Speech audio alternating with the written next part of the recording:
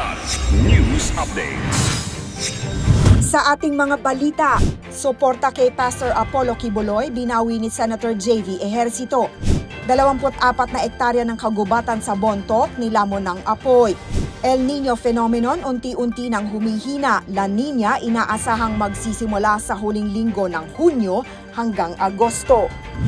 Ako po si Cesar Soriano, kasama ang buong puwersa ng Kidlat News Channel para ihatid ang mga nangunang balita sa buong kapuluan ngayon.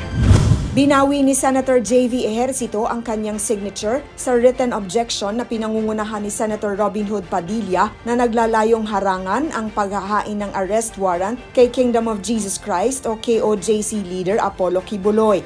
Nagdesisyon si Ejercito matapos ihayag ni Padilla na isa siya sa mga senador na tutol sa arrest warrant kay Quiboloy. Sa isang liham na naka-address kay Padilla, binanggit ni Ejercito ang mga seryosong alegasyon ng rape at ang pag-aaral sa mga testimonya at mga impormasyong lumabas sa hearing ng Senado ang dahilan ng kanyang mabilis na pagbawi ng suporta.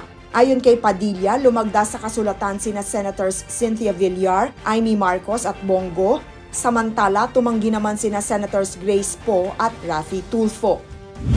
24 na ektarya ng kagubatan ang tinupok ng apoy sa mga insidente ng forest fires sa Balili, Bontoc. Ayon kay Balili Mayor Jerome Tudlong Jr., karamihan sa mga apoy ay dulot ng irresponsableng pagsusunog ng mga residente sa kanilang kapaligiran at pagkakaingin. Naiulat ang unang insidente ng forest fire nitong Lunes na nasugpo rin sa parehong araw. Noong Miyerkules, isa na namang apoy ang sumiklab sa bayan ng Balili. Umabot ng halos isang araw bago tuluyang maapula ang forest fire na nakaapekto sa 2 barangay. Kasalukuyang nasa high alert ang mga otoridad ng Bontoc sa posibleng muling pagsiklab ng apoy sa kanilang bayan.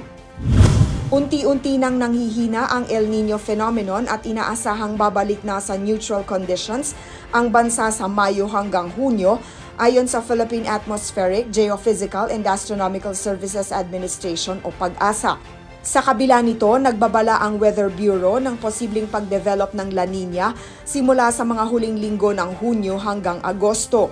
Ang El Nino, La Nina at neutral conditions ay parte ng El Nino Southern Oscillation o ENSO na isang natural phenomenon buhat ng pagbabago ng temperatura sa Pacific region. Nasa prediksyon rin ng PAGASA ang pagpasok ng isang bagyo sa mga buwan ng Mayo at Hunyo.